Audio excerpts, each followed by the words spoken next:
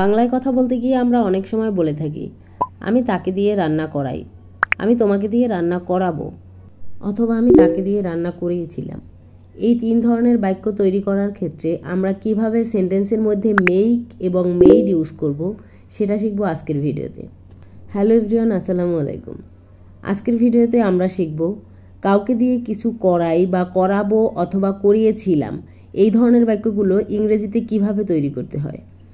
যখন আমরা বলতে চাবো কাউকে দিয়ে কিছু করাবো, তখন যেহেতু ভবিষ্যতের কথা বলা হবে আমরা উইল এর সাথে মেক ইউজ করব।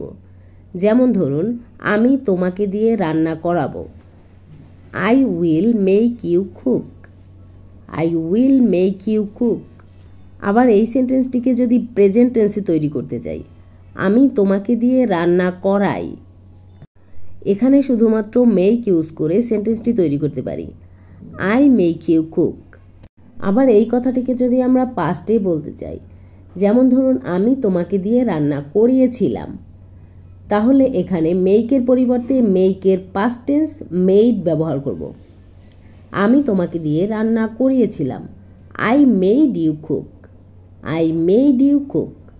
আরও কিছু এক্সাম্পল দেখি, তাহলে আমাদের বুঝতে সুবিধা হবে। আমি তাকে দিয়ে কাজটি করাই, I make him do the work, I make him do the work. সে তাকে দিয়ে কাজটি করিয়েছিল, she made him do the work, she made him do the work.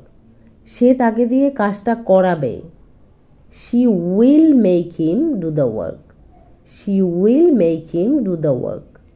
আমি তাকে দিয়ে গাড়িটি পরিষ্কার করাই, I make him clean the car, I make him clean the কার। একইভাবে এই সেন্টেন্সটিকে যদি পাস্ট টেন্সে করতে চাই, আমি তাকে দিয়ে গাড়িটি পরিষ্কার করিয়েছিলাম, I made him clean the car, I made him clean the কার। এবার তাহলে আপনারা বলুন, আমি তাকে দিয়ে গাড়িটি পরিষ্কার করাবো এই বাক্যটির ইংরেজি কি হবে?